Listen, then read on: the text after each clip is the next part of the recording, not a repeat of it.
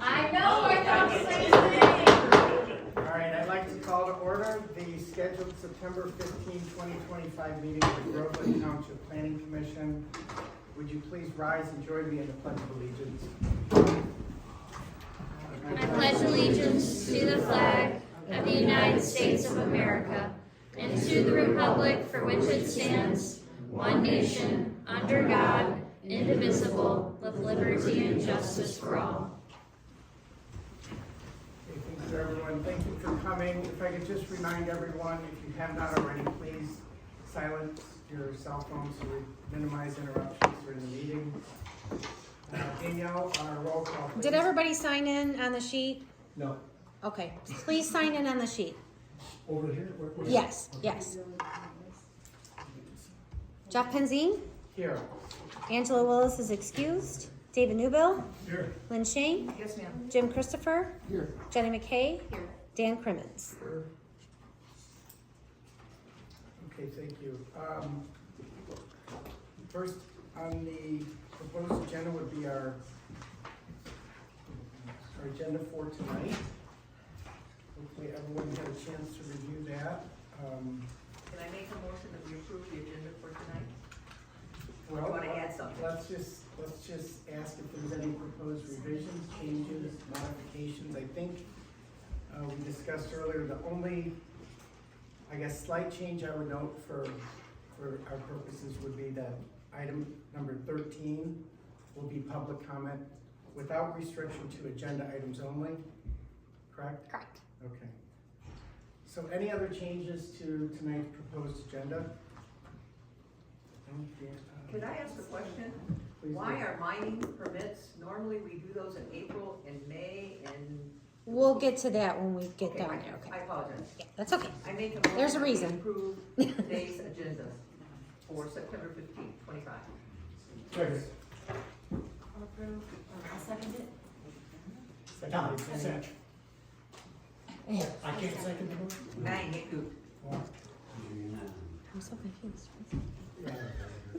I'm sorry, Jenny's not good, thank you. Jenny seconded, all in favor, please say aye. Aye. Any opposed? Okay, tonight's agenda is admitted with the stated modification. Next would be the approval of the minutes from our last scheduled meeting back on August 18th. Those meeting minutes were included with tonight's packet. Everyone had a chance to review those. Excellent, excellent, excellent writing up of everything, Danielle. Thank you. Thank you, thank you. You really did an excellent job. Thank you. I would concur. Anyone know any changes or significant modifications that need to be added to the meeting minutes from last time? Okay, I would at this point entertain a motion to approve those minutes. I make a motion to approve the minutes from August 18th, 25. Second. Second by David. All in favor of approval, please say aye. Aye. Are there any opposed? Okay, motion approved. So moving on to new business. New business would be the master plan and the modifications to the master plan pertaining to environmental features and resource inventory and analysis. Caitlin, you put together a nice,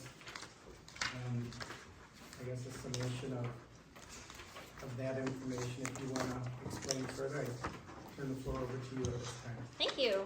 So this is our second meeting talking about the master plan. This is our visionary document looking at where the township wants to be in the 5, 10, 15, 20-year future.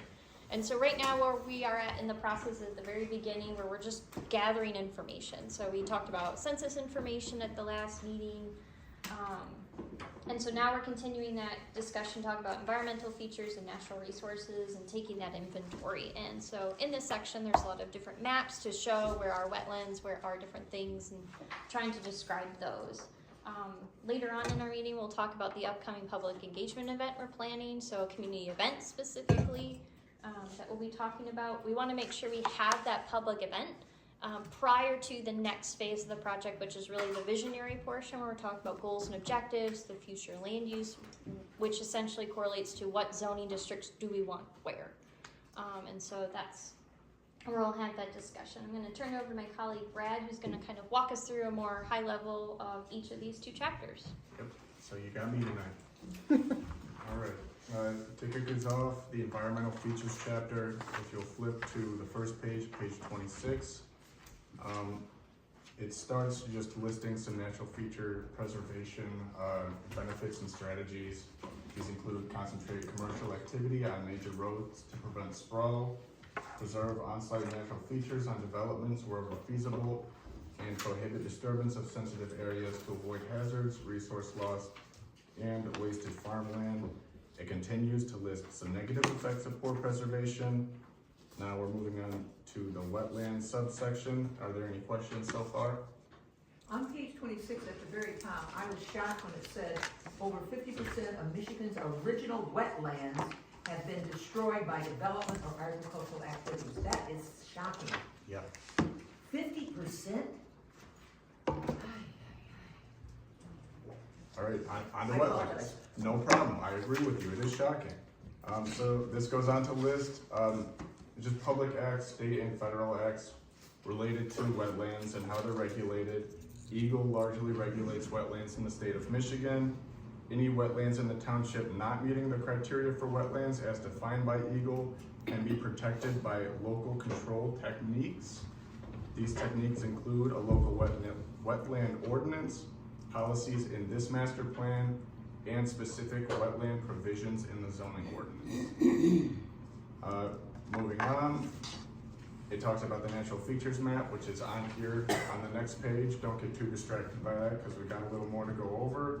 A lot of wetlands are interspersed in close proximity to the township's water bodies. Floodplains, are there any questions? None? Okay. Based on 2023 FEMA data, the map shows 100-year floodplains in the township. A priority of this section is to maintain floodplains in a natural state to protect property and local habitats. Building codes in Michigan require finished floors and basements at least 1 foot above the 100-year floodplain elevation to meet this. Moving on to the woodlands section, are there any questions? I think the biggest thing is that you don't have significant wetland flood areas.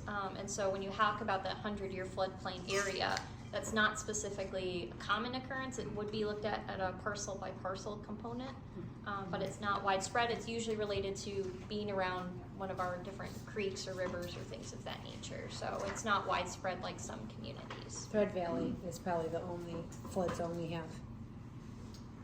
Where? Thread Valley. Thread Valley. Okay, woodlands.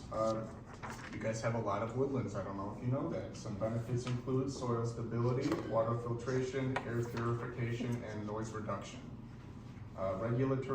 Regulatory and incentive strategies for preservation include tree retention requirements, reduced planting, related to parking allowances and landscaping credits.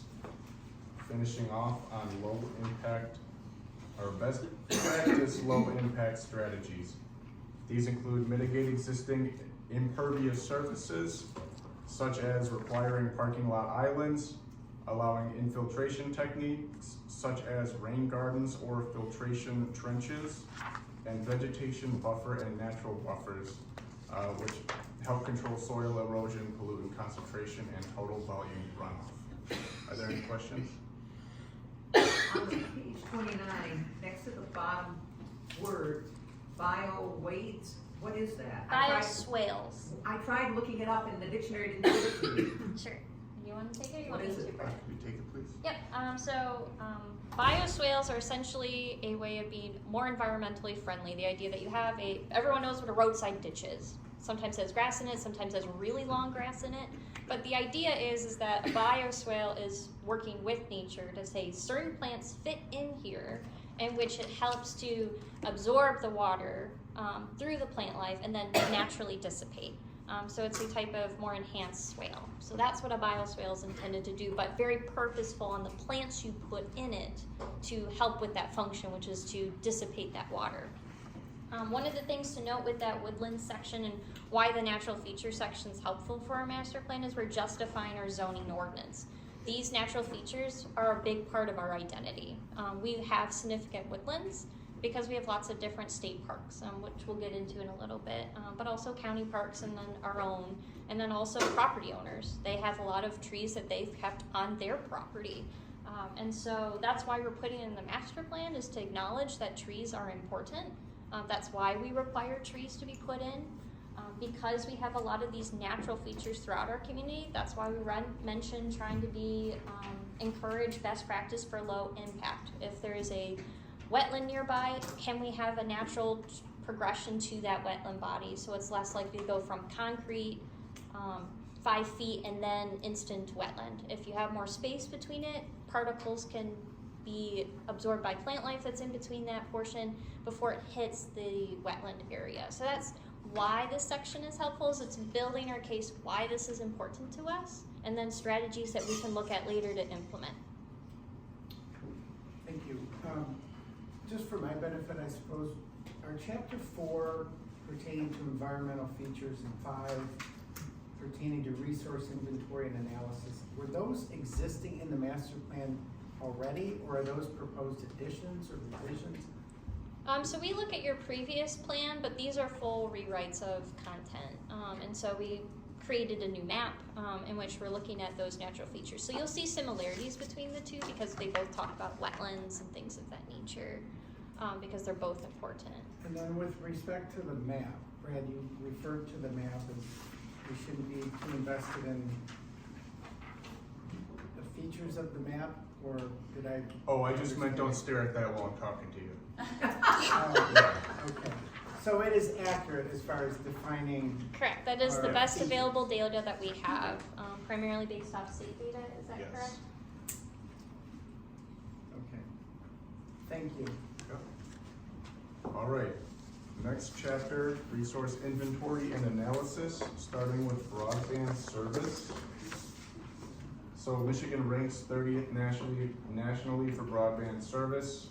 Households experience on average about a cost of $1,850 a year for this service. Think of internet service or cell service. Groveland lacks adequate fixed broadband, so this is your Ethernet kind of internet service. Over 280,000 residents in Oakland County are underserved. I guess the measurement is this 1 gigabytes per second. I'm not a huge tech guy. I cannot get into the weeds on that. Caitlin, do you have anything to add? So it's mainly looking at having that reliability for those basic services. And so there is maps at the state level. You may be aware of that state initiative to put in broadband for those different things. They do have some different grants at one point in time that they were exploring. And so that is a priority, I believe, still at the state of Michigan. However, there's a lot of people that have this problem. And so it's a matter of working with those partners and working with those providers to really figure out how do you bridge that gap. Yes. There are a lot of people in Groveland Township that don't have broadband. I mean, I haven't. I You know? don't. Okay. Yep, so there are still some underserviced areas, as we mentioned. So when people are outside of Oakland, kind of think, oh, everything's done in Oakland. No, not everywhere is developed Oakland County. And so that's one of those things that it is essential in our day and age to have that. So we wanted to mention as a resource that we can continue to evaluate and potentially make positive headway on. And Brad, the 1850 per year, you termed that a cost of broadband, but that is actually more of an economic, I don't know, a detriment to our community because we don't have sufficient access. But you termed it a cost, if I understood what you said. Like, Continue. well, I understood. So each household pays that much for this service, and some people might be satisfied with that service. Other people may not be satisfied with that service. So I think it's a point of It's like what you think of it what you get at Comcast. Does that make sense? That's the way it's written, so. So, and Dan kind of agrees with me, the way it's written on page 32 is that, to use his term, it's a missed economic opportunity for us not to have more accessible, cost-efficient access to broadband. Correct. That's a true statement? Mhm. So the text of the broadband section in chapter 5 is correct. It's not a cost so much as a detriment economically. Correct. Okay, thank you. Okay, Brad? good to move on? Yes. All right, water and sewer accessibility. Groveland is 100% on septic right now. There is a study going on around Dixie Highway, I believe. But as of today, it is 100% on septic. Moving forward, Groveland Township is on an aquifer. There is not really a lack of water here, so that's not a major concern. Wells and septic are regulated by the Oakland County Health Department. Stormwater is managed on a site-by-site basis. County Drain Commission, soil and erosion controls.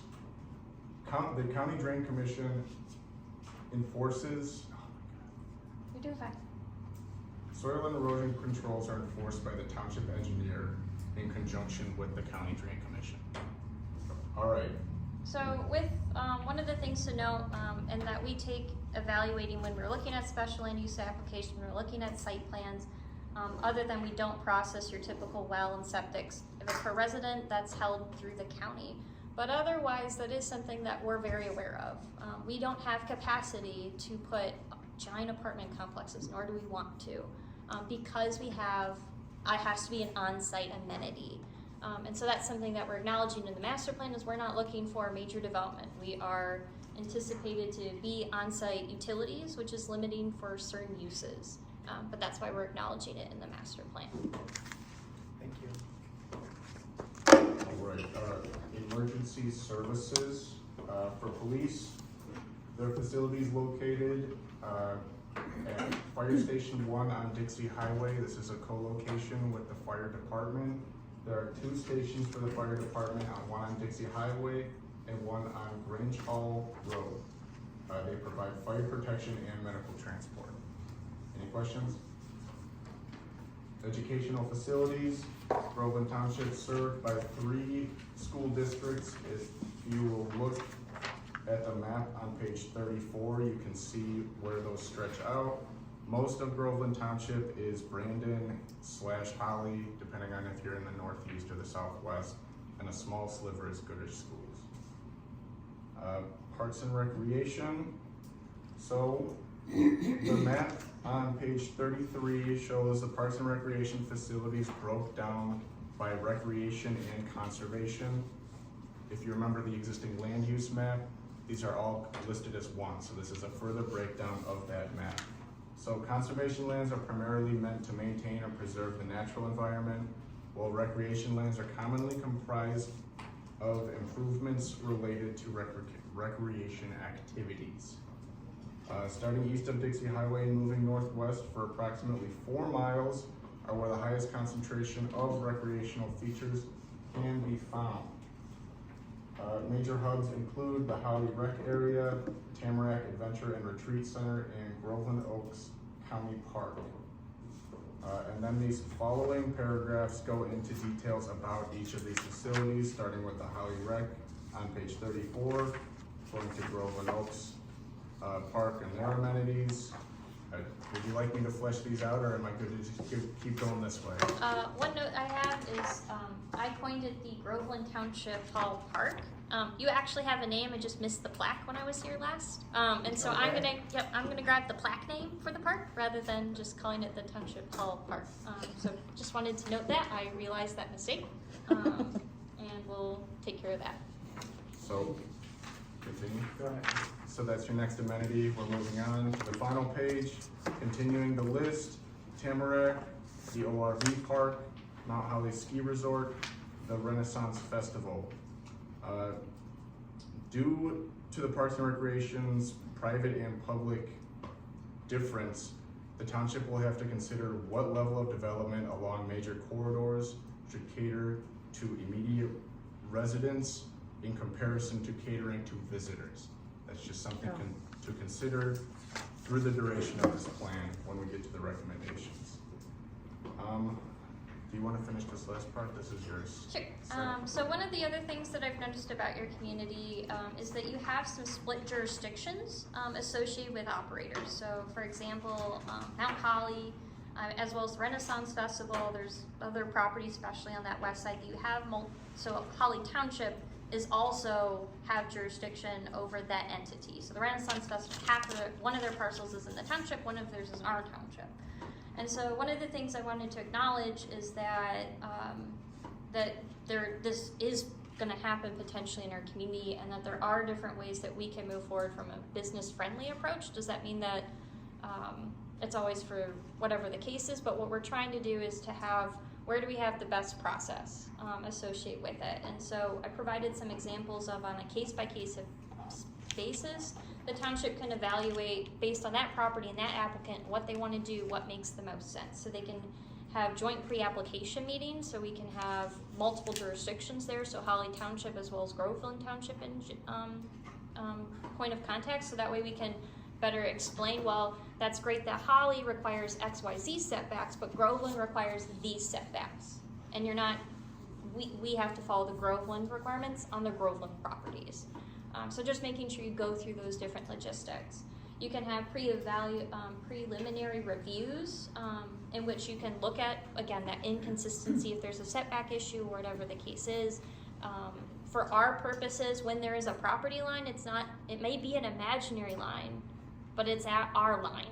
And so if we say it's a setback from a property line, that's where it is. And so making sure you can get through those logistics. If they wanted to put a building there, well, I own both properties, well, then you need to combine them, or whatever our situation is. And the other thing is we could coordinate to do review processes joint as public hearings. One of the biggest things in public hearings is you inform the public. So not everyone can make the same night per se, but not each jurisdiction can also hear what the other is saying and then how they're addressing that. And so in the situation of the Renaissance Festival, if you did a joint one with the Holly Township and our township, everyone would be able to hear the same exact testament to the traffic there. Everyone hear the exact same testament to XYZ factor. And so from our regulatory standpoint, sometimes that can help the applicant just to make sure, well, we're gonna do this, this, and this, and are they being consistent between what they said? It's not, oh, well, this mean you promised this, and that mean you promised this. Nope, we both were there. We both understand that expectation. So those are more of general policy ideas, because we do know that that's the case in a few different properties there. So currently, do those shared jurisdictional situations have a process baked into the current plan? Or how is that handled presently? Currently, we Right now, it's just, we call Caitlin. yeah, we call Caitlin. But right now, Holly has their own meeting for, let's just say, for the Renaissance Festival. Right, sure. Holly has their own portion, and it's mostly where all the villages in the where the festival Entertainment actually is. That's Holly's side. We're just the parking. So there's a huge definition of parking festivals. So we really haven't been together because we haven't felt the need. I know that they ask for a lot more on the festival side than we do on the parking side. And so that's where it's a case-by-case evaluation. As we have an applicant come forth, if they want to do a revision or something of that nature, we would evaluate it. And that's, I guess, would be the current township's policy is somebody comes to us, they say, oh, we own these two properties. And then we say, well, how serious of a difference is it between those regulatory parties? Okay, thank you. I know, speaking from experience with the Renaissance Festival, for example, there would have been times, I believe, where some shared jurisdictional approach might have been beneficial and kind of streamlined a bit, but. I think right now we're kind of matching, but they asked for exactly what we asked for and some. So they kind of, I guess, followed us, I guess. Plus, I guess we get all the parking and traffic, they get all the festival funds, so Yeah. they probably don't want to deal with parking and traffic. to be Well, honest. I don't know. They get some parking. They get some traffic, but yes, it's for the most part on Dixie. Okay. All right, thank you, Caitlin. Mhm. And Brad. Is Is that it from you folks? Yep, so that's the new information that we're presenting tonight, so relatively brief and high level. The other component was the upcoming public engagement, so I'll turn it over to Danielle to kind of mention where we're at. So, it's been said that before the master plan, Lynn and Jim had mentioned it last time, there was a big part of a community engagement, and they had several meetings that I'm looking through this, and I think this was in 2019. There was one in 2017, but I do believe this is the final as to all 3 meetings, what they came up with. My picture's in one of those. I will have to I find it. saw my face. Lynn will be My signing hair. autographs afterwards if anybody would like one. But we'll review that to see if there's any major takeaways, and we'll kind of plug that into our community event. As we discussed more at length last time, there are some different things from your previous master plan that were like, do you still want to do this? And the answer generally was no, we have a different line of sight for our community. And so that's what we'll do a verification in, but we'll review those. Won't be knowledge lost, but we're not going to summarize it again because it is a little bit outdated because it wasn't really used for our master plan process, but we're not going to lose that knowledge. So I have copies for everybody if you would like to read through it. Thank you, Right thank here. you, thank you, thank you for doing that. You're welcome. And I guess just for the benefit of everyone who's here, the updating of the master plan is, I think it's required by law, correct? Yep. At least every 5 years, local communities, townships have an obligation to review and reconsider their existing master plan. So I guess what you folks have heard tonight is, proposed inclusion of sections pertaining to environmental effects and our resources, our parks, our green space. So it's all good to, I guess, re-inventory those assets on an ongoing basis as the township leadership tries to develop and implement new policies and procedures and address issues that come up from time to time. So thank you. Yep, and I think the thought is that we might try to use the fire hall. The training room in the fire hall. That's something that we know is within our availability to do that meeting. Yeah, we also have the option of using Mount Holly. They have a big room over there, which is where, or Camp Tamarack. Both of them will be access to us. But I just need to get some dates down to figure out where we're going to have it. I know it was pretty good big, so I don't know if we'll all fit in the training room. I think it might be Mount Holly or Camp Tamarack. So But- again, to all who are here, that's an invitation for each of you to turn out, give your input, your feedback, your comments on. And plus, you're engaged in the meeting. You're Correct. part of the meeting. You're set off into groups and you do some studies together and stuff like So it's that. intended to be a dynamic process with input from the local community and township leadership, so. And so we're looking at dates in mid-October, November, because we do want to have several weeks to actually get the word out, to make sure that we can prime that attendance. I believe we're looking in the evening, correct? Yes. So that way, 7 p.m.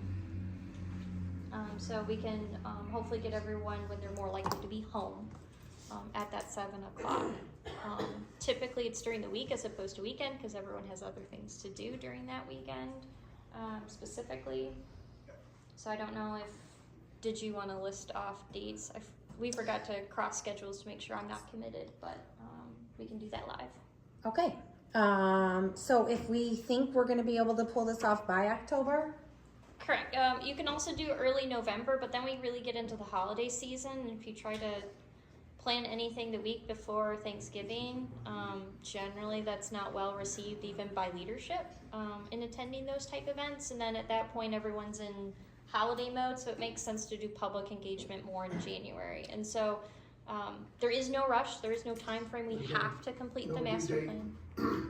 No due date. Correct, no due date for the master plan. So if we're looking at dates and we're saying, you know what, we really feel like mid-October, early November, it's too rushed, then we're gonna defer to doing January or February for that public engagement event. But And just if you're gonna use Mount Holly, when the snow flies, it'll be busy, so. yeah. That's So right. if we do it then, we probably won't use Mount Holly. We'll probably use Tamarack.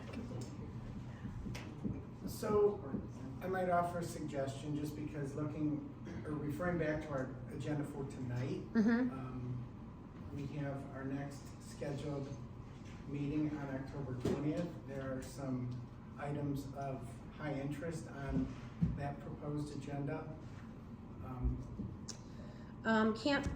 They won't take long, Camp Tamarack, that's just this, like, No, we're not, the content for this public meeting would not take place on October 20th. It would be a totally No. separate meeting. It has to be. Correct, but you're talking about When having we a wanna do it. community engagement event at a time when we have some. lots of stuff going on. Correct, and if Gotcha. there's no deadline, I mean, I might propose, given what will be Dealing with. under our consideration, Mhm. You'd prefer to wait till that January. we would postpone that, those deliberations until after that has been addressed. Sure. Would that be I would fair? love that. Yeah, that's no problem. January would be great. Any other thoughts on that, or? I agree with you.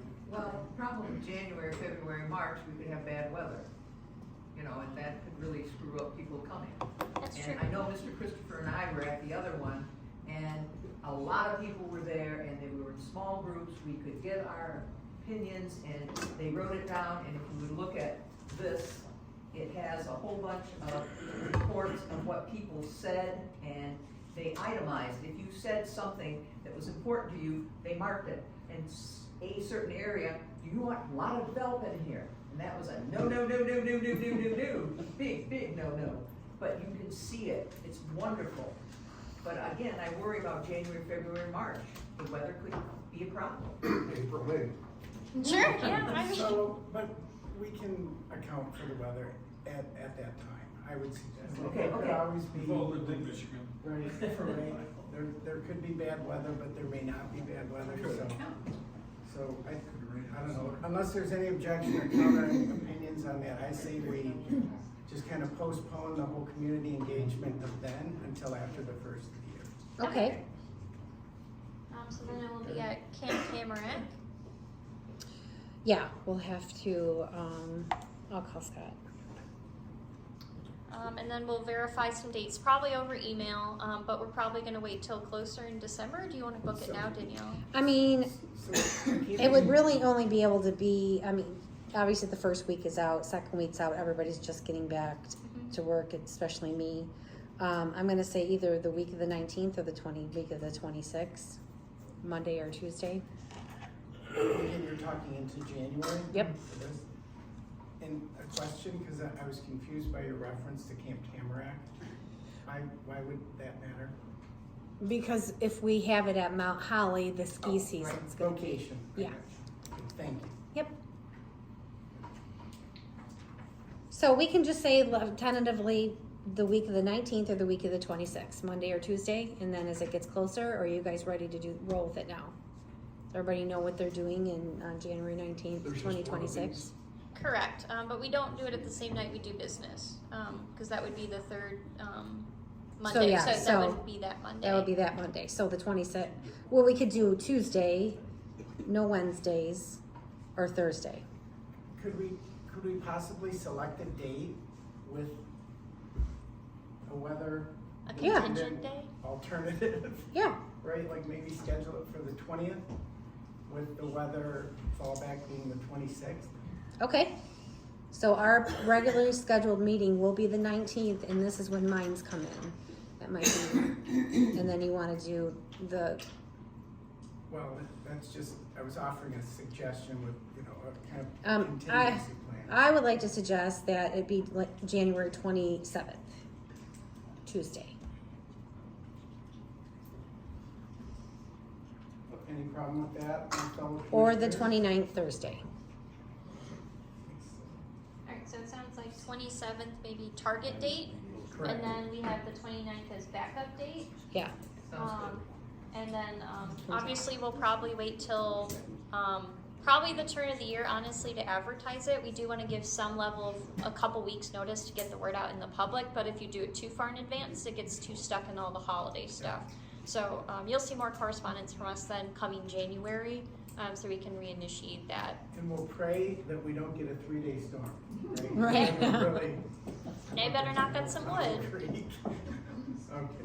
This is gonna be at Camp Tamarack? Tentatively, yeah, 10. Yep, we'll depend on discussions with them, but Okay, does that fully address then the master plan? yep, so master plan will be on hold then. You won't see anything, until we have that public engagement event, because we really don't want to talk about the vision until after we've heard from the public. Okay. Thank you. You're welcome. All right, so returning to the agenda for this evening, we have item 12, the administrator, consultant, or staff reports. This would be the agenda, proposed agenda for our next scheduled meeting of October 20th. 3 items on that proposed agenda. You want to go through them sequentially, Caitlin, or how would you propose Yep, to? I can go through each of them. Okay, please do. So Tamarack, they provided a phase 2, I believe, of their project. And so I've done initial comments on that, sent it to the applicant. I received revised comments today with plans. I anticipate I'll have to talk to them a little bit more based on that, but that's what's gonna then review those revised plans, and then that's what's gonna come into October's meeting. And so our intention behind this different review process is you have better sufficient plans that verify, yep, they're in compliance. And so that's anticipated to come in October. I'm not aware of anything that would make it so they couldn't make that deadline. Okay. I've been sending you guys stuff as we go, as I get it. It will be a pretty large packet there because I do like everything in the packet. But this way you guys can read it as you go and aren't slammed with one big huge packet before we go. But everything that I send you will be included in the packet.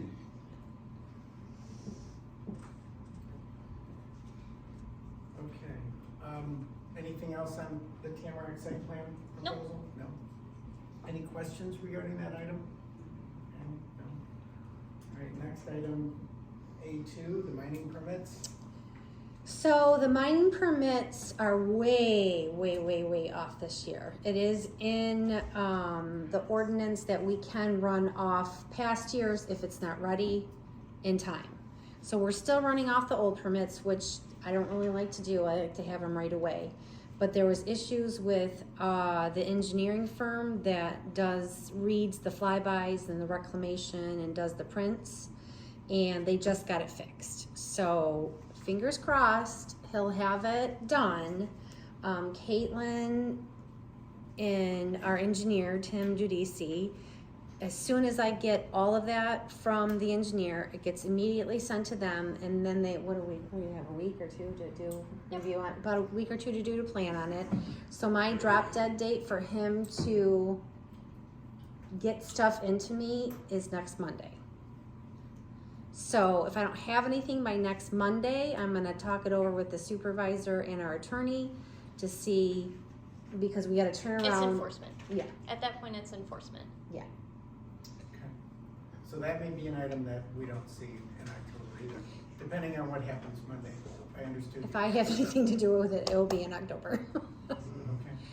But we'll see. And then the mining process, Caitlin and I worked together and did some little tweaking on the permits and the process and the applications, and we'll be ready to rock and roll for January. What did we say was the due date?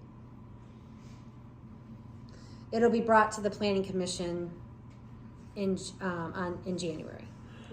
And so the process that you mentioned, we redlined and have pending edits to the township board regarding the gravel mining operation ordinance. So zoning does talk about what uses are allowed where, but we also have a separate police power mining ordinance. It also does asphalt plants or whatnot.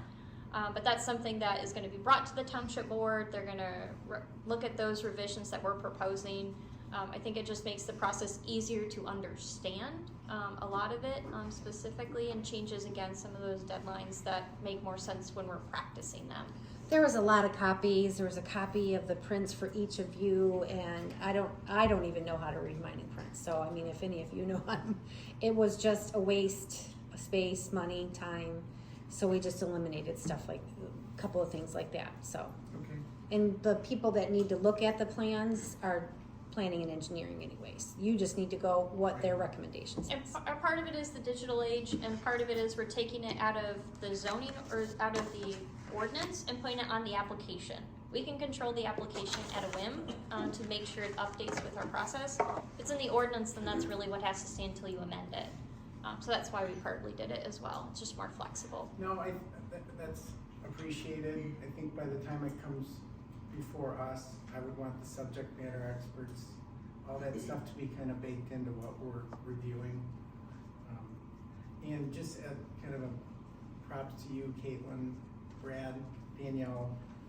I don't recall, before we had Wade Trim as our township planners, I don't think we had kind of this forward-looking opportunity regarding what's looming ahead at the next scheduled planning commission meeting. Selfishly, I put that on there because it helps me stay in order. And Danielle, I agree with you, it's helpful to us because it's kind of a foreshadowing of, you know, what we can anticipate having to deal with. Yeah. So, again, we're all volunteers, right? We're not Right. paid township employees, so that's appreciated. You're welcome. Anything else on minings then? We do have a proposed new site coming. Don't really have too much information on that. I just talked to the engineer the other day and gave him our site plan. For mining? Yes. Small parcel, 11 acres, over by the Rivers Church, I think it's called, on Dixie. Okay. All right, we'll watch for that. All right, on to item 12A sub 3, this would be the best WIO discussion. Obviously, folks are here, I'm expecting a lot of you are here just to stay abreast of what's going on with the WIO. Rather than me butcher it, I'm gonna turn it back to Caitlin, Brad, or even Danielle to kind of explain where the process is. So where we last left off is the Planning Commission recommended a version of that draft to them to review. The supervisor looked those over and then came with some revisions that are proposed. They are considered significant changes in some ways, and so Significant or non-significant? significant. Significant. So one of the biggest things is we changed the zoning district. And so the zoning district went from ag, which is most of our jurisdiction, to proposing it being only industrial. So that's a big change as far as where it can be located. And so there's some other minor modifications as well that were listed. And so because those are significant, it is coming back to the Planning Commission so you can re-review it prior to then making a recommendation then to the Township Board then for adoption. And so there it's not required to be a public hearing because we already held ours on that text amendment. But we anticipate reviewing those very specific items coming up in October. So I'll make sure that it's very clear what changed from the last version you saw. That way it's very clear to you what's being proposed, and you can choose to agree with those edits. You can say with this modification, or you could say, no, we don't like those changes, and Township Board, here's what we propose you to adopt. But the review is strictly limited to their, You can make any changes you want technically on the draft when it comes back to you. So if there's other sections that you would like to review, you're welcome to. The focus of the review is just on those proposed changes though. But if you see something within this WIO that you're not Happy with. happy with, it can be brought. okay. Are there 2 letters that you sent for the proposed changes? Maybe they give you copies of those 2 letters? I have a whole packet set ready for them. So, is it Holly? Or, I'm sorry, Oh, you're Christine. Christine, I forget your last name, but I think she anticipated where I was going next, and that is, we were given or told that there's a draft B of the WIO. Does that identify the revisions that the Township Board has kind of turned back to this commission for reconsideration? Like line by line, They're not Correct. aligned. You gotta read them side by side. you gotta read them So the side by side. documents do But have- Caitlin will have that. So my document should show you what the change is. That letter, that's the first page of the document that I emailed you guys. It'd be a letter, then the draft A, a letter, and the draft B, and I think a third letter. There's the a letter, the public hearing draft, a letter, the draft A, and a letter, the draft B. Your letter that you sent out to go with it. There's a lot of letters here. Yeah. But it breaks it down each. Yep, so at least the last one that I sent was drafted to the township board to show these were the potential changes. And so it was deemed that these are significant, and so it should come back to the planning commission. So that's what we're going to do. Okay. So I would say that we can make sure that the version that comes to you is the latest and greatest showing those revisions. That I Yeah. can verify.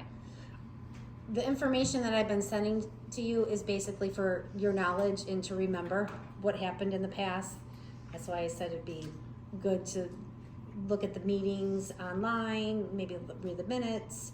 But when it comes time to having this October, the meeting, the discussion about, board discussion about BES, it will be what we're discussing, the latest version, that's it. Unless there's something else you guys would like to look at And you just before. said the board, you meant the planning commission. The planning commission, I'm sorry. I'm trying to stick with you, Danielle. So as far as what's different, this is still a Vesper involved project, correct? Yes, but it has not, the WIO has nothing to do with anything other than it's an ordinance of Groveland Township. Okay, so it's not specific to any applicant? We tried to generalize it more. Okay. So some of the edits were proposed by the fire chief. So he re-looked at those and said, "I really like this language in here." At least that's one of the edits that was proposed. But that would be, again, when an applicant comes forward, they would be reviewed with that compliance and all of the things. So in conjunction with the proposed zoning change, I understand there's a lease or some type of lease proposal that is tied to the. I'm gonna let Jim the Christopher answer. proposed revisions here. Are we gonna have the benefit of reviewing that? Yeah, I can give you, Well, so the lease isn't appropriate to look at the planning commission level. That's not you are not in charge of township property. And that is an exclusive township board discussion. I believe there was approval of a lease agreement for some property that may include that. And so I guess I would defer to you. I don't know super specifics on that, if there's a more specific question, but it would not come to this board to say, yes, this is a good idea, no, it's not a good idea, it's not our jurisdiction. Which I guess makes well, I don't sense. I don't think they want that for that. They would like to read it and see what's inside of it, which I don't think is a bad idea. Or just the fact that that's the avenue we're taking, because But there is zoning requirements for the owner of the property. Correct, You're but making it sound like that's the township now. that it could very well be the case. And so one of the things to keep in mind though is whatever's in the lease agreement, we have to follow what's in the zoning ordinance and our zoning text amendment. So if the lease says X and we say it has to be Y stands. It doesn't matter, you can change, granted this isn't, I'm not real estate expert, but it doesn't matter who the owner of that property is, you still have to meet the zoning ordinance. It's not all of a sudden exempt from that because it's owned by the township. We don't have provisions in our zoning ordinance that does that. So they have to meet our requirements. So I understand where it can be a food for thought for the planning commission, but ultimately the lease agreement's the township board's discretion. That's what they reviewed at, and our focus is looking at that specific parcel, that specific process, and saying, does this meet our special land use requirements? Does it meet our zoning ordinance? Is it protecting public health, safety, and welfare? And that's where we should sit. So given the narrow purpose of our deliberation and our review of the proposed revision, I would ask you, Caitlin, is it improper for us to have the benefit of reviewing the lease? I guess it can't really feed into your decision at the same point. So regardless of who owns the property, we have to say, is this compliant with our zoning ordinance, is it not? Because the township doesn't get special treatment on this process, just because could be, and that's not how I review it. It would be strictly on, do they have the mechanisms to satisfy our ordinance? Gotcha. And I'd really encourage us to focus on, that's our job as It makes this sense board. because the ordinance is applicant exclusive, right? Right. So I get that. I appreciate that. Thank you for answering the question. But it is important to know who the owner of the property, that this will be the lifetime of this facility. But there could be other companies who wanna come in with the same thing, they have to meet the. But right now, it ordinance. says we're responsible for paying for the decommissioning because we are the owner of the property. We are as liable as the owner. I think that should be taken out for the owner. why should we be on the hook for Yep, that? so there are revisions regarding the decommissioning plan. So there's been two different, don't remember, because we went through a few different drafts. There are different language that you can use for that. So some do require property owners, others say it's the applicant that's in charge of that, and we can change that language. But yes, you can take that into perspective. So the plan is for the township to maintain the property, lease it for the life of this project. Eric, can we get an overview sheet like that of what the plan? Well, so the applicant hasn't formally filed an application, so part of it is that we can evaluate that when there's an actual application, and as part of that special land use evaluation, we would have more of those details come to surface. Okay. Where you Jim, why guys- don't you give, your perspective on it since you are on the board? Yeah, I'd like to. So there was, the last board meeting, there was an option and lease agreed to by 3-2 in favor of. The term, I believe, was 40 years. And I think that's the crux of it. Now, to the point that was just made, I do think it would be beneficial if certain things were omitted that may affect a future land deal, like dollars primarily. But to Dan's point, virtually all of the considerations for toxicity, decommissioning, those are at least skirted in that, but deferring to our ordinances. There will be no special per se treatment that I can think of right now, or at all, but right now, everyone, I can't think of any. I wouldn't object to it as a board member if certain things were redacted. I don't know the legality of it, nor do I know much more than what I've told everybody here about that. I don't think it can hurt Caitlin, but I need to defer to the experts on this, meaning yourself, our legal counsel, Will, and potentially any insights that Kevin may have.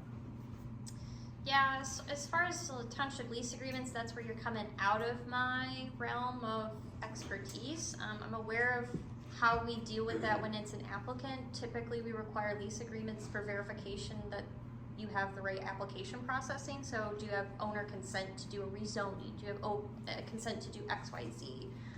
But as far as if their lease says you have a setback of 50 feet, well, that's dandy, but you have to follow the zoning ordinance. It doesn't matter what the lease said, we have to still follow our rules and conduct of the zoning ordinance. So is this one of these procedural kind of steps in the process, like the terms and provisions of the lease may become relevant, but at the special use permit stage of the process, assuming it gets to that point, is that a fair characterization? Yeah, I would say so. So some of the details come out, and we can evaluate those factors. But we're gonna have the opportunity to go through this whole thing again. The text amendment? Direct B. Correct, yep, and so we can go through that. I specifically itemize what is proposed to be changed, and we can deliberate. Do we think those are appropriate, not appropriate, revise further?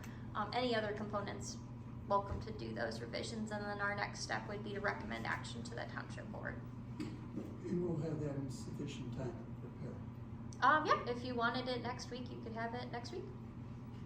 That would be peachy. When you refer to it, you're talking about your The identification of the revisions or the proposed correct, the revisions? latest and greatest text amendment with proposed revisions. Okay, yeah. Thank you. Sooner rather than like. Sure, yeah, no problem. Yeah. Right. Any other comments, questions, or discussion from the commission members on that item, the bus WIO? Again, this is kind of a prospective look at what we will be considering as currently envisioned on October 20th, correct? Correct. So if there's no other commission comments, questions, discussion, I guess I would ask if we can move to the next item on the agenda, which would be the public comment. That's right. So, I guess this is not necessarily restricted to WIO. Obviously, if you have a desire to make a comment, I don't know if we're going on time constraints or anything like that, or we're just going to take a name and maybe an address. That's up Do to need you. a record of this? A name and address, yep, for public record. Okay. That's for time, that's, if you want a time limit, you can have a time limit. We do have it set as 3 I have a minutes. request that when people are speaking, they stand up, 'cause I can't see and we can't hear. Yeah. So, I don't know, with regard to time limitations, at this stage, it's just public comment. I would invite comment from my fellow commissioners on that. I'm inclined to limit it at some point, just so we don't, I wanna give everyone a fair opportunity to make your comments if you're so inclined to do that. Caitlin, feedback, or? Well, once you start it, I think it's fair to say that you'd want to apply it for the rest of the meeting. It's not quite fair to say, well, the first 20 people get 3 minutes and then not the rest of them. Correct. So, No. so I think if you wanted to encourage the public to keep it somewhat concise, so we're not talking about the WIO tonight, but we want to make sure we're being transparent. And so you could do that in good faith. If that's what you're asking, yes, you can do it in We're good faith. interested to hear what you folks are here to say, honestly. So I think there's a high benefit to giving you ample opportunity to make your comment. Do I have a timekeeper? I can do that, or Brad, you If got we it? could just limit it, we'll go with 3 minutes, which is what we do as a standard for public hearing meetings. Again, I will call you, please stand, give your name and your address, as Caitlin indicated, just so we have a record of that. Please avoid redundancy. If somebody ahead of you makes a comment that is entirely or largely duplicative of what you're about to say, please take that into consideration so we can avoid repetition, but at the same time be productive and fruitful in our comments. Also, I made the mistake back in October of '24 of letting people pass time. We're not gonna be passing time tonight. Thank you. So you will be given 3 minutes. You can use it at your discretion. There will be no passing of time to anyone else sitting to your right or left or in the back row. Okay? Fair enough? So we'll begin with you, Leanne. Just some questions so I can understand something. So I was under the impression with the first WIO I'm sorry. Oh yeah, I gotta say my name. Christine Nutty, no H, and 7477 Tucker Road. So it was my understanding that first WIO that we did was more tailored to the residential property that it would be sitting on. And now it's potentially going in a gravel pit. So that WIO, people were mentioning, oh, you could change this or that or whatever, because now it would be going into a gravel pit instead of a green field. But if this applies to any project that can come into the township, is it really a good idea to just tailor it to the gravel pit as opposed to like all properties? That would be one question. Am I understanding that correctly, that that's what that is? So Christine, if I can, at Does my the own ordinance behest, go for one property? I'm gonna invite any of you to direct your comments to myself. Oh, I'm sorry, okay. I'll do my best to respond where appropriate, but again, I don't think this is not intended to be a back and forth. It's not a question and answer session necessarily. Obviously, questions are welcomed, just maybe not in this form, okay? This is a comment. So where do we ask the question back? Well, now I would defer to my township Because planner. we're always told. I'm taking notes on the comments, and I can try to skim over based on public comments after everyone's talked, and try to Okay. kind of run through those questions. Wonderful. So I'm only asking that, so I put my 2 cents in, I wanna make sure I know what I'm talking about, right? Okay, you just So- used 2 minutes and 45 seconds.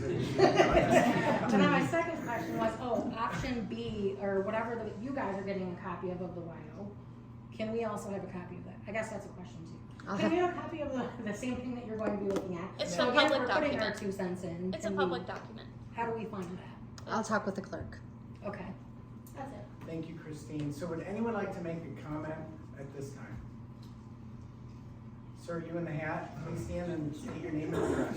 My name is Steve Ford, I live at 5788 Great Hollow Road, and I appreciate you going over the master plan, because the last time I looked at the master plan was 2021, and we read through it, and I'm very happy with what it said there, and the changes that we talked about today the additions, was happy with that.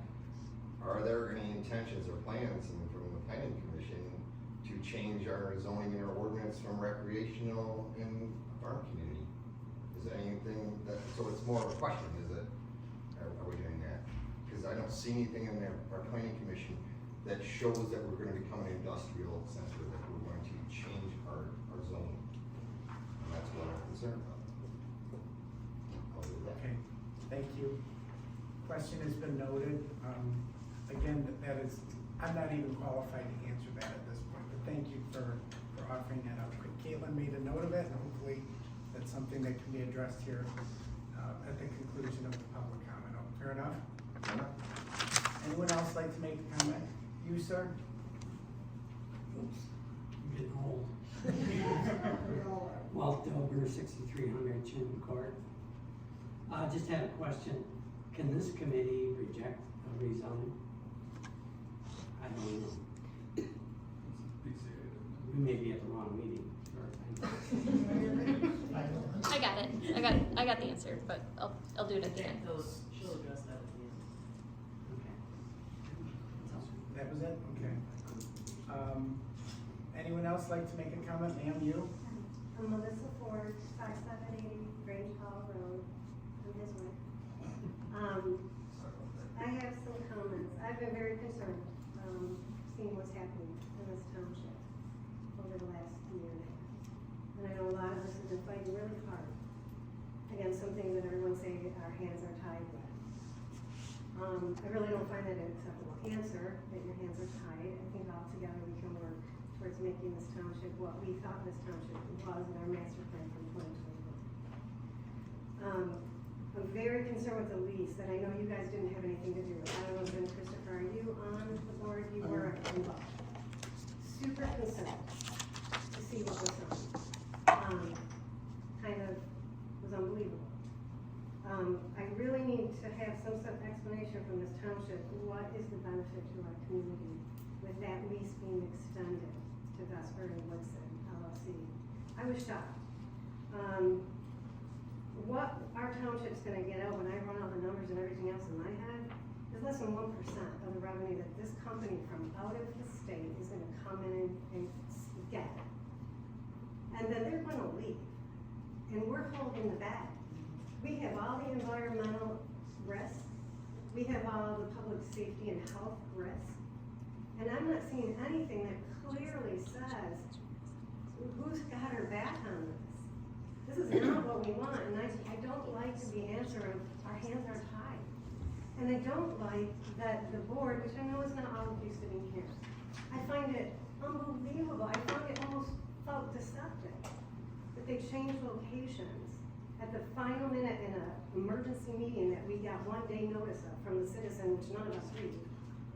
And we are now at the mercy of a lease that, if anyone in their right mind had a lawyer look at it, would never have signed it. We should have controlled that process. We had every ability to control that process. So I'm kind of angry, and I apologize. I'm not the public speaker. But I feel like it did this community such a giant disservice, and I'm shocked. Because we picked people on the board because they thought they represent us. I don't know if there's something else going on that I don't see, and I need someone to tell me. Because when I'm looking at it, this doesn't make any sense. I do suggest that any comments or questions about the lease, I will write down, and then since Mr. Christopher is a member of the board and voted yes, that he should be able to answer that for you. Yep. I appreciate your time in hearing me. Thank you, Melissa. Appreciate your comment. Sir, yes, your name and address? Steve Reed, 6220 Chin Court. The comment that I have is that throughout this whole process, that everything has been out of our hands. We have no control. A lot of things that Melissa was saying. I think that the only thing that we really possibly do have control, and I don't know, is to try and petition to get our property values decreased, because our property values are gonna go in the toilet. I don't think anybody's gonna be able to sell their home here. So at least we can try and decrease our property values. I hope you're getting a lot of money out of that to try and recover from the money and the taxes that we're not gonna be paying. So So that would be a goal of mine. I got a lot of time now, so I can work on it. I don't think it'll be very hard to get other people to work on it, and I think we can probably get some other brighter people to help us with it, but there's been no give and take on this thing, it's been all take. So I don't know what else to do except try and do something like that. Our property's gonna be worthless, that's our biggest asset.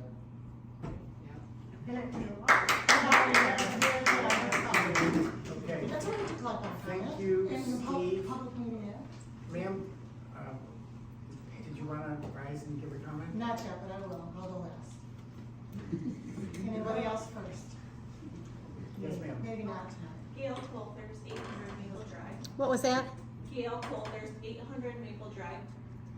I agree with Melissa and Steve in their comments. And I also have a question about the master plan.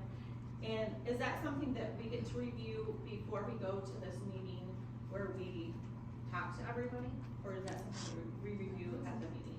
The packets are put online a week prior to the meeting. Okay, thank you. Thank you, Gail. Would anyone else like to make a public comment at this time? Sir, you? Hi, James Kaminsky, 959 Maple. Question is, or comment is, I've seen a lot of fatalistic attitudes saying if we don't, make this either lease restrictions more stringent, we'll go back to the state. I kind of want to understand, why would Vesper be so interested in Groveland Township? We have tons of water, tons of trees, tons of park. It seems like it'd be a pain in the butt for Vesper to come clear all this land out, have all these environmental restrictions, while they have plenty of other sites that are in areas that are just like vacant concrete all over. I mean, I don't understand what's so special about Groveland Township, or there has to be a best system there. I don't think electricity is that picky. I mean, I'm not against technology.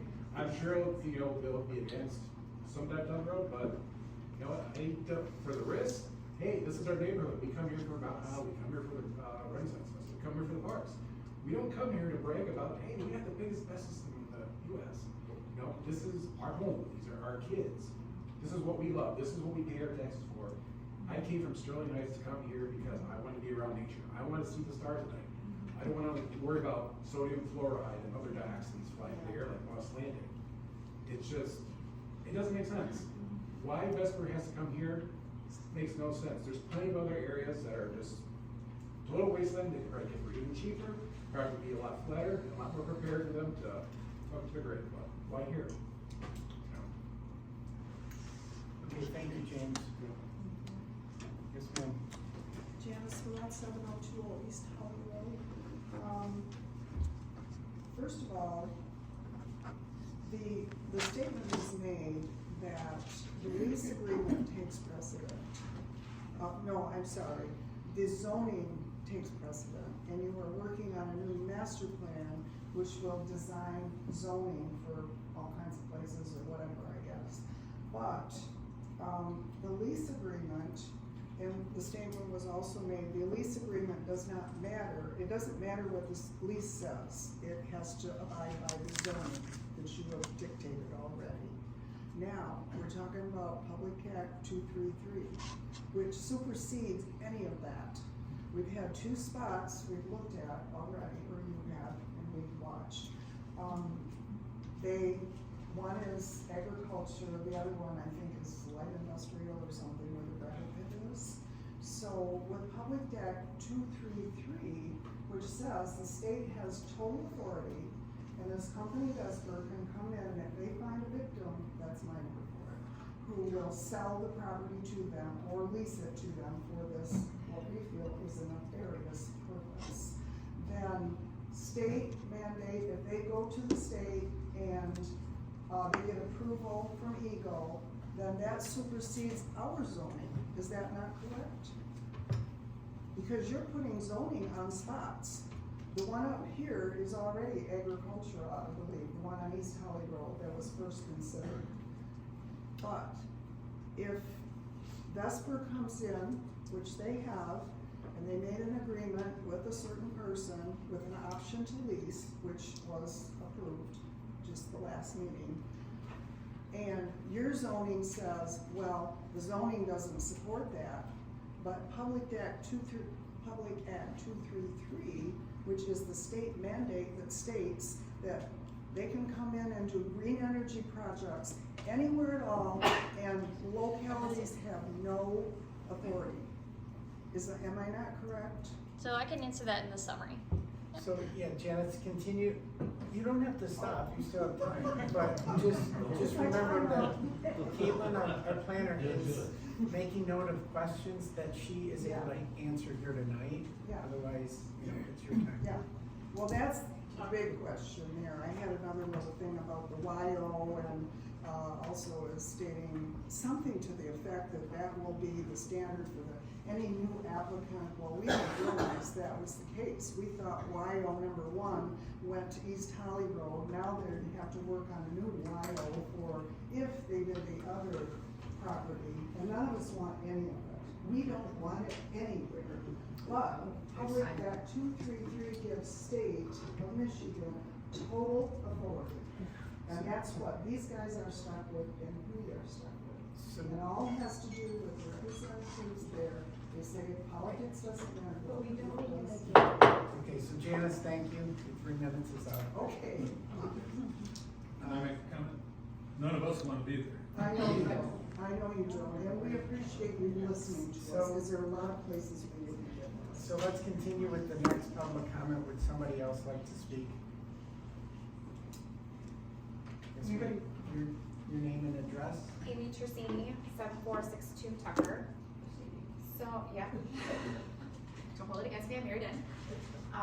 So I live across the street from the original proposed site for the west, which is actually Springfield Township.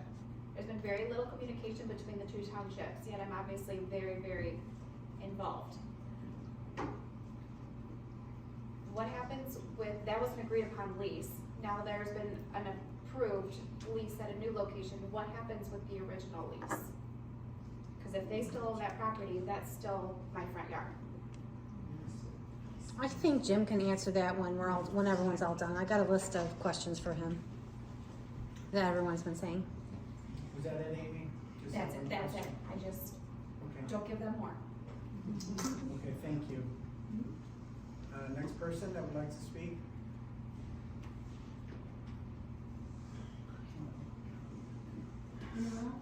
I'll go last. You're up. All right. I saw, you know, you're gonna wait? You're gonna wait? Okay, not to, I saw a lot of notes there. So I'm Carrie Smith, and 7015 East Holly Road, McCully, Michigan. Majority of you here have got my number, I know that, because I'm signing it all for since June of 2024.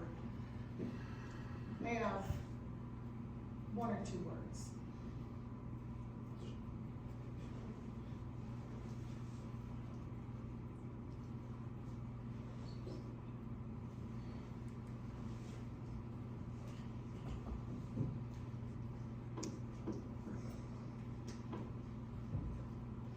Out of you, from what I heard tonight, I saw a lot tonight. Word 1, accountability.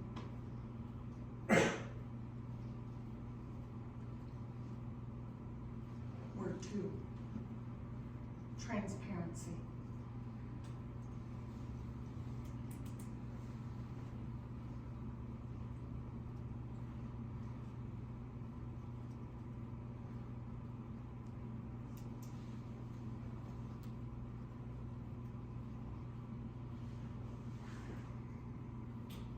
Accountability, transparency,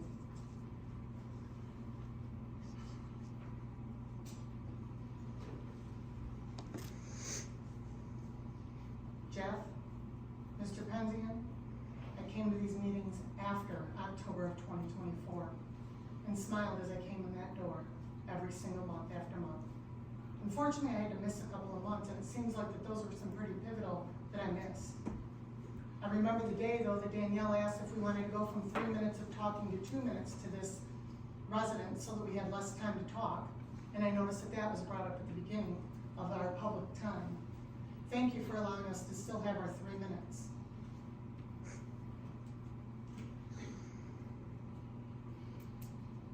I remember when it was asked a question of you, well, what if you get the best back in front of you? From the notes I took tonight, it seems like you're just gonna get a copy of something that's already been prepared. I would invite you to take a look at the one from October 24 for each of you when you compare it to last year's to your final draft copy.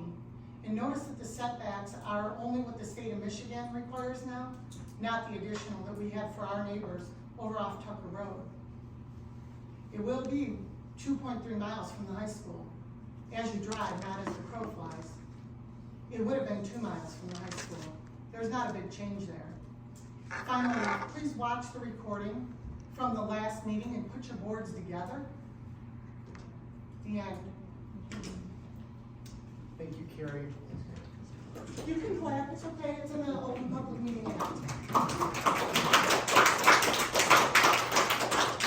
Amy, do you wanna make a comment? I know you haven't raised your hand, but I feel like you wanna speak. For me? Yes, you. I just, Please stand and give your name and address. Chris Fry, I can't talk about it. 6285 Chin Court. My husband brought this up.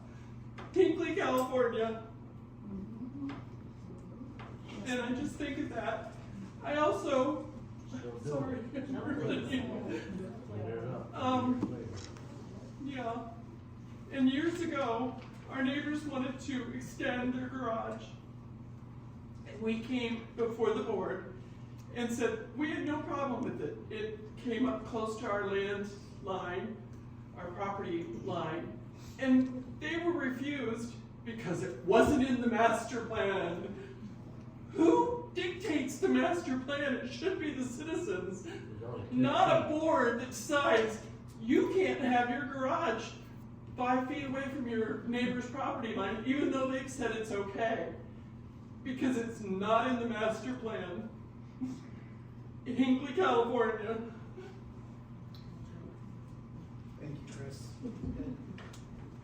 Anyone else before we?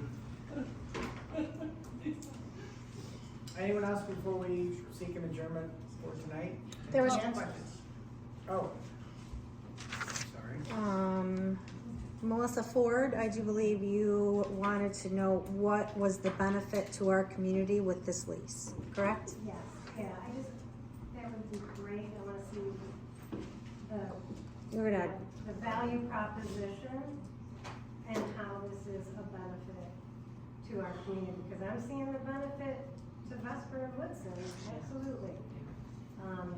But I do not see the benefit to us as a community. And, I think we need to recognize that. We'll look as much as we can do now that that lease has been signed. That was a travesty. Again, unbelievable. If anyone read that, I mean, come on. Can I answer now? Yeah. So, listening to everybody, Talk louder. I'm sorry, please let me. I'm also my voice too. The board was never focused on what monetary benefit comes from Vesper. It's there, I'll be honest with you, I don't really know all of it. I don't want it, nobody wants it. It affects people here, it affects people all around here. And be quiet, and I'm gonna answer your question the best I can. To let everybody know, this is the hardest decision, to be quite honest, that I've ever had in my life. Probably for the board, all of the boards. So to answer what monetary benefit that we have, I've heard values of perhaps $250,000, one lump sum fee perhaps, and so much per year. The lease itself, I don't. Actually, you don't actually know. Well, it's I his have it written comment. down. I don't have it committed to memory. It doesn't. That's concerning to me. Well, I'm just gonna say. let me tell you, it isn't to And me it's not because just I don't one- know. Okay, so it's my job just to try to maintain order here. Okay. He's Fair doing enough. his part to respond to your question, give him a fair opportunity. Yeah. Thank you, Melissa. And I'm not being mean or curt or rude. I have it written down, that's how I compartmentalize things, to look at it that way. The township will get some benefit in taxes. I'm sure that it will be significant. If my research is correct and what we've been told is correct, the value of that is probably on the order of $20 million. What property taxes we generate from that will be significant. I don't know what it is. I haven't done the calculation. But to answer your question in terms of Vesper making multiple millions, they might be. In terms of our ability to negotiate what we get out of that was somewhat secondary because we wanted it on this site as opposed to the other site. So can I just add to that? Yeah, Why please. did we want it at all? I thought we said we don't want it. We don't want it. And so my concern is, what's that? Okay, my concern is that, sorry, I lost my train of thought, but my concern is that on this new location, it's not just the monetary things that in any kind of lease agreement you really probably need to pay a lot of attention to and understand, but it's the cost to the community, right? It's not even just, it goes beyond, really, Danielle, beyond just the benefit to the community. What is the cost that is calculated to this community? I mean, if you look at the Moss Landing, California fire, with same size megawatt facility, you know, that already has a $400 million price tag on the cleanup and containment of that fire, and it's still going. It could be $1 billion. And that still will never make that environment whole. And that was not sitting on top, right inside of exposed water table, on top of the aquifer, the Marshall Formation that feeds all of our wells, not just this community, 50 counties. But we will be the ones most impacted where it poisons our water, poisons our livestock. Like, these are the costs and these are the benefits that before you sign a lease, you better freaking know what those are. And a lease was signed and it's concerning because that's going to override a lot of what you guys are talking about. You said it, Caitlin, the lease will actually override the master plan. I thought I heard you say that. Okay, it'll override the zoning? Okay, will that lease override anything? All right, because that lease is super concerning and I don't know how we can try to claw that back. So to try to add some additional info to that.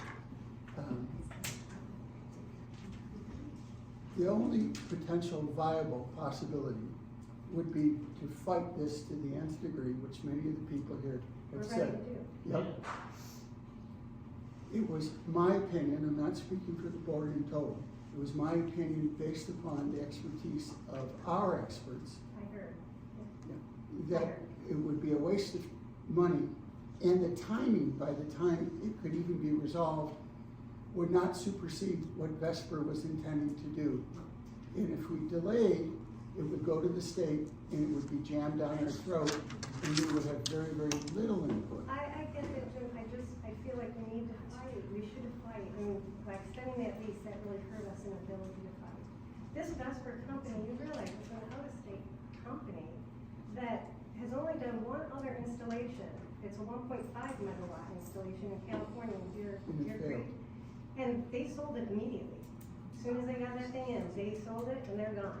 This will be the first installation of this size and just the second installation they've ever done. How do we allow, I would be more comfortable if Consumers Energy or DTE was doing this thing than a company from out of state that has, even in the lease it says that we waive our ability to pursue them with any liability. It says that in the lease. And so I'm like shocked, I'm sitting here going, how did they do this to this community? How did you guys sign that lease? With those terms in it, with that kind of company, it's unconscionable. It's unconscionable, and I usually don't get that excited about stuff, you know, I really don't. And I don't like getting excited about it now. But this is our whole community, and I feel like there's some sort of conflict of interest or something on the board that I don't understand, because it's certainly not in the best interest of our community. Melissa, again, thank you, and I'm not Thank you trying for to the time. like cut you off for change directions and just kind of mindful of the process here. And I would invite all of you to remember, this is a process. This is the planning commission. This is not the township board here. They've made some proposed revisions to the WIO that was recommended back in October. You know, we're going to get an opportunity to consider their proposed changes. And really personally, that's all I know at this time. So I think Jim did yeoman's, job of trying to answer your question. There's a lot of dissatisfaction, I get it. But for purposes of moving forward, thank you, Jim, thank you, Melissa. Thank you. We had another question that was I think that got covered. Melissa, if there's more, I can try to answer after the meeting. Was there another question for Jim? Oh, okay. I thought there were questions directed. Well, they did cover the parcel, why they want it there. Did you? I thought they did, maybe not. There is another one. Why did Vesper want this site? Yes, yes. Why is Vesper here at all? The gentleman in the black t-shirt in the corner. Vesper is interested in the community because of the close proximity to the power line, the ITC power line. That's why, this is what I've been told by representatives of Vesper, why they chose the first site and the second site. There was a corollary component that you, I believe, asked. If I understand the option agreement correctly, this option, the present option, allows Vesper the opportunity to do what's called their due diligence, to check for wetland delineation, check to see if the soil will support the weight of their units, and a few other things related to that type of investigation. If that proves to not work out for them, and it has to be verifiable, then they can go back to the other site. They have not diminished that other site. So now we're gonna change the WIO to accommodate this new site, and then they can change their mind and go back to the original site, and we're right back to where we started.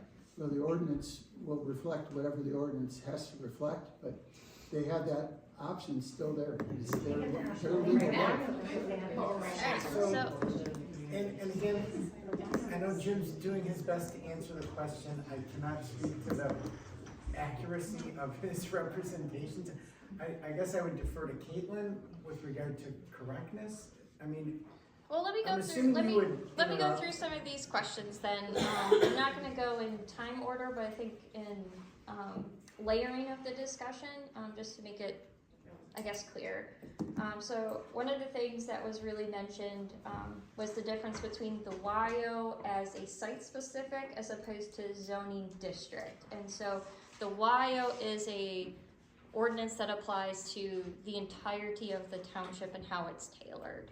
And so when I came on board, though we had an applicant that was priming that, we took a step back and said that we need to think of the township as a whole. So the current draft allows it to be in more zoning districts, in which it's allowed in that RE component. However, the proposed revision, which we haven't talked about, is proposing to be in industrial. If that was to be adopted, it's one or the other. We're not proposing both. And so the issue becomes is, let's say we go with the industrial park, they can't go back to do the other one unless they rezone it to be industrial, which I would say probably is not consistent with the master plan. Or they would have to request a conditional rezoning, which would be their right to request. Or you would be looking at them wanting to propose a text amendment to change the district we're allowing that in. So that would be their due process to figure out how they want to do, but what our ordinance does is it clarifies what use can go where for those specifics. When it comes to the special land use, when it comes to site plan, those are site specific. Now we can say this is where the property is being laid out. These are the safety mechanisms that are proposed to maintain public health, safety, and welfare. And so that's generally the difference between when we look at that zoning text amendment, we should really be applying it to potentially anywhere, but that's why it's a special land use, is because we have a general blanket that we want to use, but we need to have more site-specific things to know, is there additional requirements that make sense? different things that we want to make sure are additional contingencies or conditions as part of that make it more appropriate. And we can always deny. We don't even know what it is. But we can always deny special land uses. We have the authority to deny rezoning requests. But we don't have an application from Vesper to say this is exactly what we want. We have some speculation that they've shared with the township. But we haven't received an official application, then we could deem the appropriateness of it. But for some of those properties that maybe require rezoning, we would review that on a case-by-case basis. Same thing with a special land use. And so that's proposed to stay the same. It would be a special land use. One of the other questions was talking about... So let her finish and we can circle back. One of the big things is talking about the lease versus the zoning versus PA 233. And so what we're trying to do by adopting a local zoning ordinance is to have a process they would prefer to take as opposed to going through the state. Do they have the right to go to the state directly? Yes. Do they have the right to go to the state process and say, you know what, this isn't working as much as we want, we're going to abandon this and go back to the state process? Yes.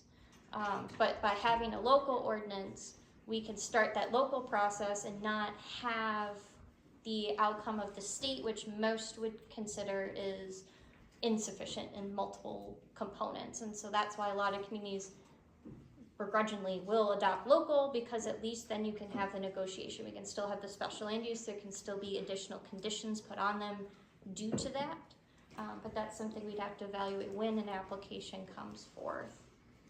So that's the clarifying there is that yes, we do have the state process. We don't have as much control, but we do have control of the local process, and the applicant can choose to go the local route. Generally, they've decided to because it's faster than going through the state process, but time will tell on that one.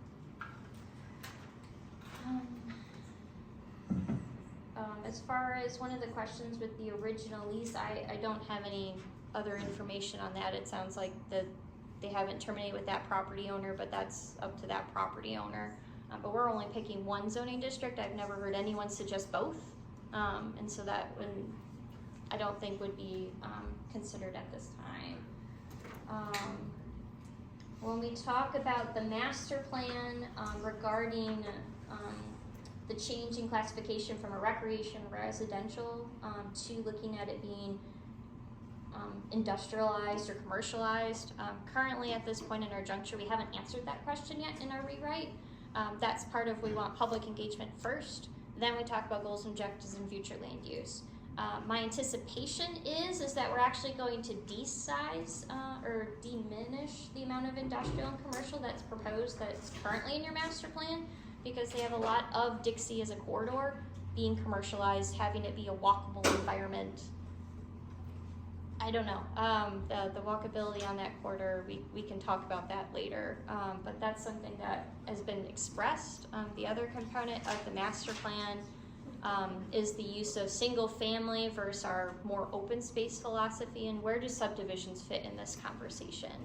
And so right now it's not entirely clear where does it make sense to have a subdivision versus, which is a more intensity as opposed to larger lot open space.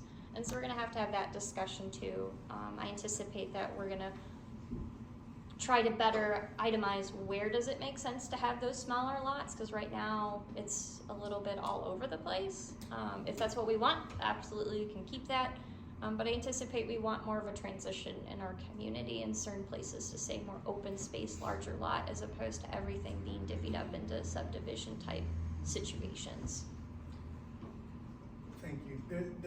I think it suffice it to say there's a huge distinction to be drawn between the master plan topic and the WIO topic, right? And they're not necessarily mutually exclusive. They are interrelated, but there's a sequencing, a hierarchy, if you will, of authority. And Amy, I don't know if she answered your question. I'm going to kind of just go off. What I heard was the recommendation that I know we put forward to the board in October was for REF, right? That was for rural estate farm parcel of land. Correct. What has been sent back from the township board is more restrictive.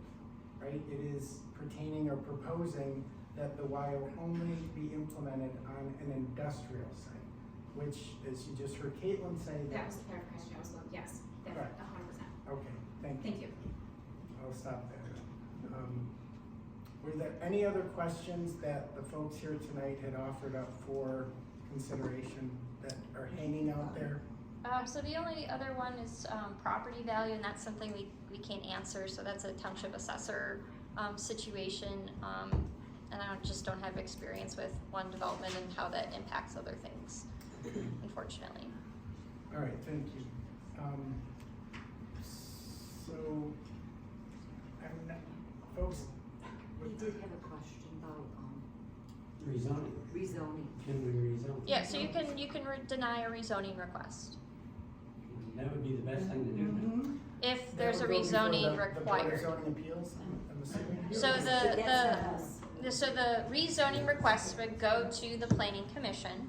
You can recommend denial of that. It then still goes to the township board for a determination of the denial. It's a two-step process to amend your zoning map. And then I'd have to check the specifics of your zoning ordinance if they have the right to then appeal it to the ZBA. But rezonings are reviewed at the planning commission. You hold the public hearing. It's a notice in the paper, and everyone within 300 feet's notified. But we do have the right to deny rezonings, but depending on language we choose, there may not be a rezoning. There would be a special land use, which also requires a public hearing by the planning commission, notice in the paper, and everyone within 300 feet. So sir, does that answer your question? I think your question kind of Well, I tied think we into can the rezone. the Or rezoning. turn down the rezone. Well, it would sound as though she. Plus, another point I'd like to make is the state can't impose anything on the county or township because it's in the U.S. Constitution, Article 4, Section 4. They cannot impose anything. That's why we have a U.S. Senate. Well, you may be correct about that. I'm no I am. constitutional expert, but I will leave your comment for public consumption. And do you have another question tied to what you said earlier, or? Yeah, just as a follow-up. Honestly, if we say that Vesper may go to the state, consider why not? Because if it makes more work for them, it makes more cost for them. If we zone everything to where it says, hey, this will either be farm or residential, that's it. And honestly, I worked in private equity where we would develop buildings, and first we'd do is buy them, build them up, flip them, and sell them to somebody else. It was all about money. It was all about the profit. If it's not worth it to Vesper to come here, which I really think it isn't because of where we stand, the environmental risks, we're very heavily invested because it's our home. I don't blame Vesper for looking out for their shareholders, but if it's not gonna be worth it for Vesper, if they have to keep going to the state, why not just make them go? Again, thank you. I think your name is James? Yeah. Okay, James, thank you. The dichotomy of the law is what we struggle with. Local communities are pitted against the intentions of the state, the objectives and the agenda, the green agenda of the state. Yeah, I say, let's just tell Vesper, because Vesper may say, look, Groveland's not worth it anymore. We can go to such and such a site and still hook up to the grid and be no issue. Thank you again. Yeah. So, any other, I think we're done with public comment. Am I correct about that? And, any further comment on Best WIO discussion from the commission members? Sir, if you had a comment. Yes or no? No?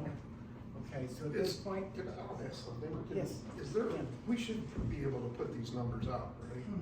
What numbers? The state renewable energy reward for cooperating. Then there's the secondary amount based on how many megawatt, what size facility there is.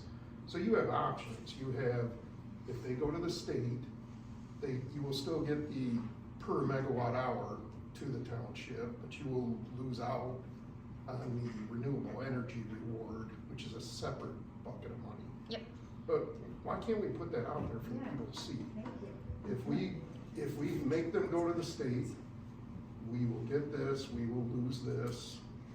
If we develop a workable ordinance that they accept, then this is what we get. We will get the per megawatt hours, we will also get the renewable energy reward. So we all know what state, and the anticipated tax benefit, I don't understand why that's not on a poster on this wall already. And that goes to the transparency that Carrie kind of identified earlier, so. Because we have three choices. We can punt it to the state, we can try to work with them to try to get a little more than what the state ordinance says to try to protect us a little better. Or, they just kick us to the curb and go straight to the state, so. And each of those has an outcome that we should be able to share with everyone. So I don't think anyone's asked me, or I don't know of anyone else that's asked to see what that financial perspective is, but that's something the township can choose to do. I guess my only note would be is I think when we're thinking of the appropriateness of it and what the requirements should be, I don't know that cost is our direct purpose. Our purpose is protecting the public safety and welfare. And so some of our requirements associated with generalities on fire safety and apparatuses therein, we can't put a price tag on that right now because we don't know what the specifics are of that plan, but we want to make sure there's language in there that we can put those in because we have our different entities that are helping us put together that punch list. But again, as far as the general monetary, as far as I know, that can be calculated, that can be developed. Well, we should know it, and I think we should proceed with coming up with a zoning ordinance that protects the community and that the community wants. And they may, thus for me, decide it's too onerous and go with the state. Yep, and that's their call. But I also understand if we put forth an ordinance and they find it too onerous, they go to the state, that still preserves our right to go to the state also and dispute it with them. There is a required public meeting that's supposed to take place at the local level. I haven't talked with some of my counterparts outside of my firm to see how those meetings have gone. I do know that some of my colleagues in the industry, those have started taking place. I know one of my clients, somebody has initiated the process. I don't know that they've actually had their public meeting yet. That is pending, and we can evaluate from there. But yes, there is some level of communication when it's the, forget the board that you go to, the Public Service Commission or whatever that member committee is, but. So there are some locales that are ahead of us in this process. Yes. They've written an ordinance, the company didn't care for it, they're taking it to the state board. My other client isn't operating under the BESS. They're doing a commercial solar installation, is what their applicants are pursuing. But as far as I know, there are others that are moving through the process. I think last time I heard from somebody, the state process takes over 3 years. We process applications much faster. And so that's why they're interested in working locally. However, we need to make requirements that work for us, and if they say no thank you, then we'll see you on the other side. Are we on a timeline? If it takes me a long time to figure out this ordinance? So I think as far as that is, that's an applicant choice, right? So we're still working on that. If they don't want to file a formal application, nobody's asked what do we do as far as interpreting where we stand now, if we allow it or don't allow it, and how that conversation happens. However, if they say that we are too difficult to work with, or that we're, whatever the case, they have the right to go to the state process, and if that's their answer, that's their answer. Good. Janice? I have a short little question, it's just a technical one, and it's really entwined in my earlier questions. Okay, Vesper goes to the state, we created a WIO, we made this agreement, they go to the state, and the state says yes. Or we say no to a lease, no to any WIO, blah, blah, blah, and they go to the state on their own. And either way, the state says yes. The first parcel is agricultural. It's zoned agricultural by your master plan. Are you dictated to rezone that then by the state of Michigan to industrial? And second follow-up, what happens if this gravel pit right in that area gets approved? Does that then rezone it? Right. Yeah. No, Any spot. there is no automatic rezoning of property. It has to go through the process.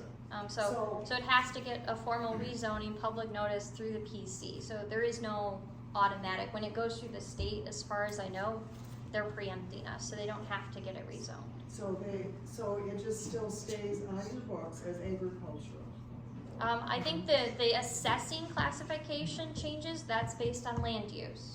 Zoning is not related to taxation.